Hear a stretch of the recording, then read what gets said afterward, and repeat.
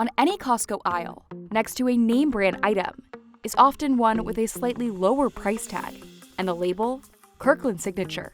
In the industry, Kirkland Signature is seen as really a shining example of what a retailer can do with its house brand.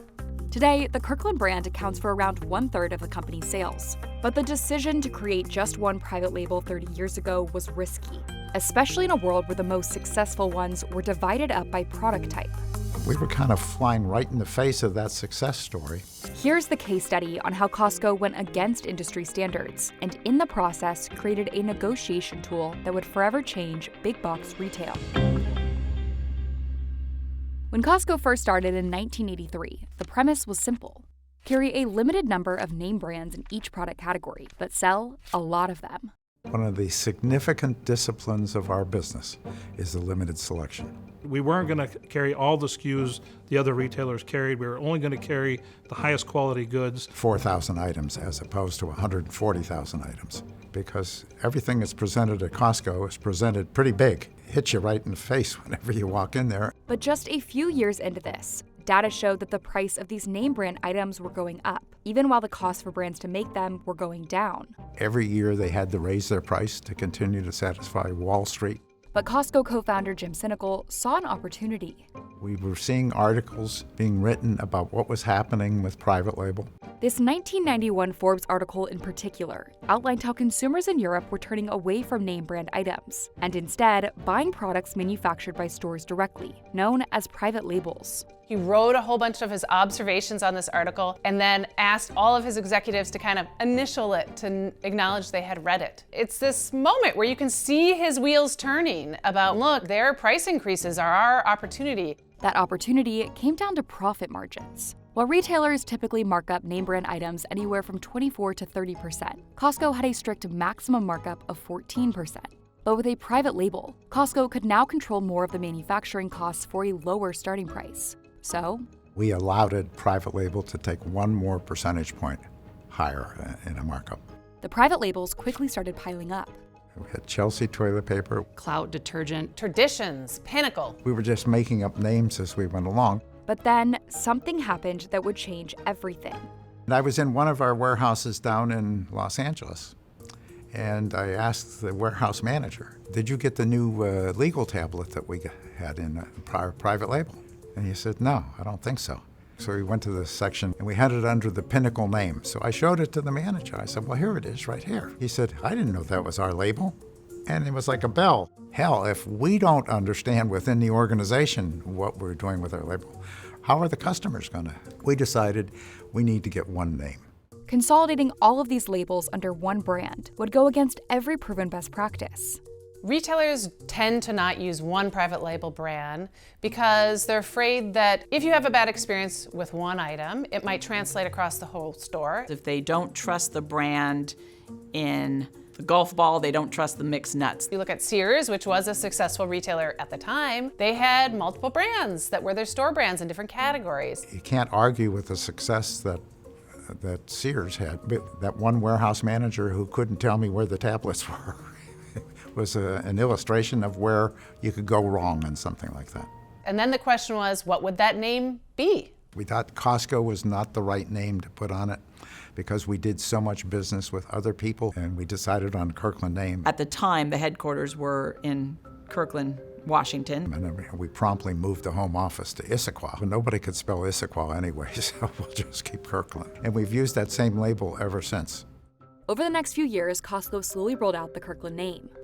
I do remember when Kirkland Signature shampoo came out. It was the first hair care that we did. And then we had some vitamins that came out shortly after that. Today, Kirkland has over 350 products across a variety of categories.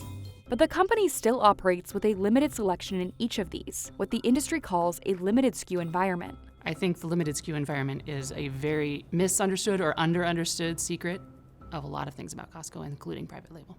When a new Kirkland item hits the shelf, that category becomes even more competitive. If you're a supplier at Costco, it's kind of existential. It could reduce your sales. It could kick you off the slot entirely. So it's a real moment of head-on competition for a supplier. It's an $80 billion brand, so it drives a lot of sales. Nobody wants to be that dramatically higher price than them. I see it as a tremendous negotiation tool. One of the clearest examples of this leverage is Kirkland diapers. Costco knew that they wanted to have a Kirkland version of a diaper. But because of its limited SKU environment, We weren't going to carry both Huggies and Pampers. We were going to carry one brand and a Kirkland Signature. to see who might make the Kirkland diapers, Costco approached two market leaders, Procter Gamble of Pampers and Kimberly-Clark of Huggies. There was a series of negotiations. Kimberly-Clark agreed. And although Costco says Kirkland manufacturing negotiations are separate from conversations about shelf space, There's always been only Huggies diapers and Kirkland diapers on Costco shelves for many, many years. It was decided on the basis of who came in and presented the best deal for the diapers. even after a product is established, Costco buyers continue to monitor that category. Our buyers are very aware of the commodity inputs, the raw ingredients that go into something. They know everything. And this knowledge can lead the company to change its Kirkland vendors. Recently, Costco shifted to the Cuties manufacturer, First Quality. We felt like we could produce a higher quality product at a lower price for our members. Having not that many products on shelves compared to other retailers is a huge benefit with Kirkland because they can be very strategic about the fact that there's only a few slots. It allows them to dictate what they want for their shoppers. With Kirkland's name on hundreds of products, these negotiations are happening on almost every aisle of the warehouse.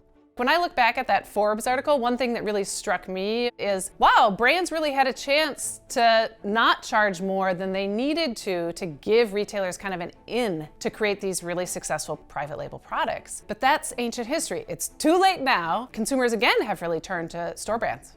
While national brands are still a bigger industry than private labels, in 2024, sales for private labels like Kirkland grew about 4 times faster than the national brands, hitting a record high. And with $86 billion in sales last year, Kirkland is now a bigger brand than Procter Gamble and Kraft-Heinz. Is it the most significant thing for the company? I'd certainly say it's up there with the top 3 or 4.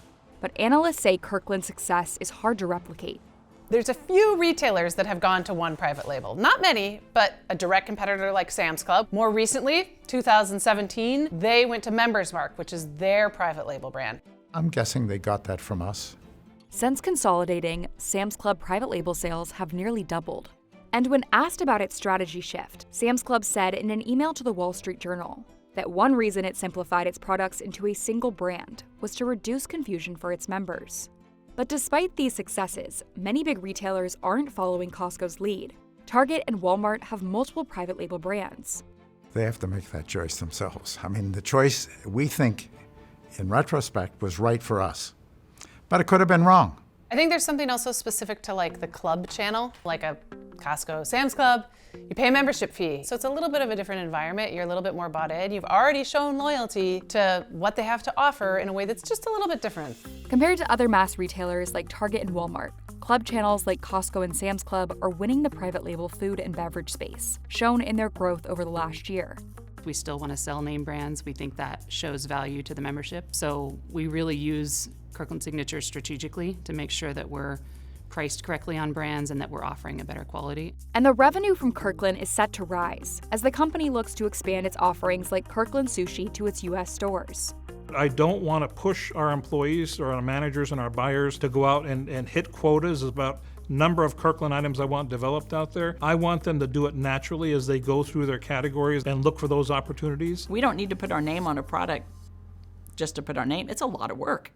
In fact, every Kirkland product ever made since 1995 has been signed off by the CEO directly. The final approval on the products would come to me, and I would initial it in green ink. Those were known as green ink meetings because they got the green ink to proceed. It was as simple as that. To this day, Costco still holds green ink meetings for all final approvals, even though that pen color is now retired. I think I'm probably the only person that writes in green ink.